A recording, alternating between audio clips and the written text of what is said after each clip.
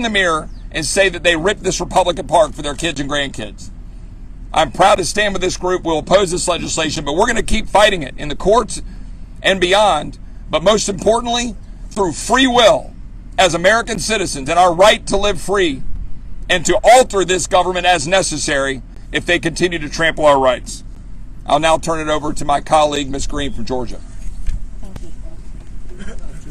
Good job. Thank you. What are we doing, America? That's my question. This is a country that was founded by brave people seeking religious freedom, demanding that they're able to protect their Second Amendment rights, creating a country where they could run their businesses and not be overtaxed by a tyrannical government. But now we find ourselves in a time where Democrats are running, indeed, a tyrannical Congress and federal government under Nancy Pelosi, Joe Biden, and the rest of the woke Democrats that now are defying science, defying God's creation, and only care about governing over people's feelings.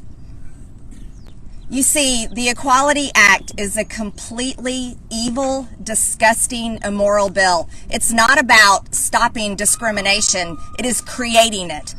It's creating discrimination against every single woman and girl in this country. Over the past century, our great-grandmothers, our grandmothers, our mothers fought for women's rights. And the Equality Act with a single vote wipes it out. Every single person should be outraged at this bill.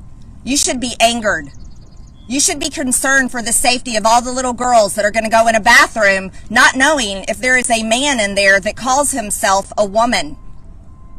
You should be angered for every girl that competes in sports like my daughter, who we traveled the country with for 10 years so she could earn her scholarship to be a D1 collegiate athlete and compete in sports. Boys that want to call themselves girls do not belong in my daughter's bathrooms, in my daughter's locker rooms, on my daughter's playing field, traveling with her team where she's forced to share a hotel room with them. No, they don't belong. They should get their own sport, or they should compete with the rest of the biological males, which is what they are. Women should not be forced to have to be in prison with a man in a cell that calls himself a woman, or a battered women's shelter where they've been beaten by men and then they have to be in there with a man who calls himself a woman. Women should not have to be in drug rehab centers with men who call themselves women. I'm sorry, it's not about their feelings. We have to govern in what's right and wrong, not about people's feelings. This is what's wrong with America today. The Equality Act is completely wrong. Doctors didn't go to medical school for years and years to be forced to perform abortions or mastectomies on teenage girls that are confused and want their breasts removed. They should be able to say no to that. Churches should be able to have their religious freedom.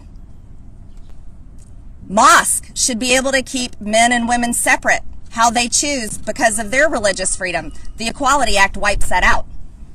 You see, no one's talking about all of the consequences that come with the Equality Act, but they're very real. All you have to do is read the text to the bill, which the Democrats lie and tell you that it won't destroy religious freedoms and it won't destroy women's rights.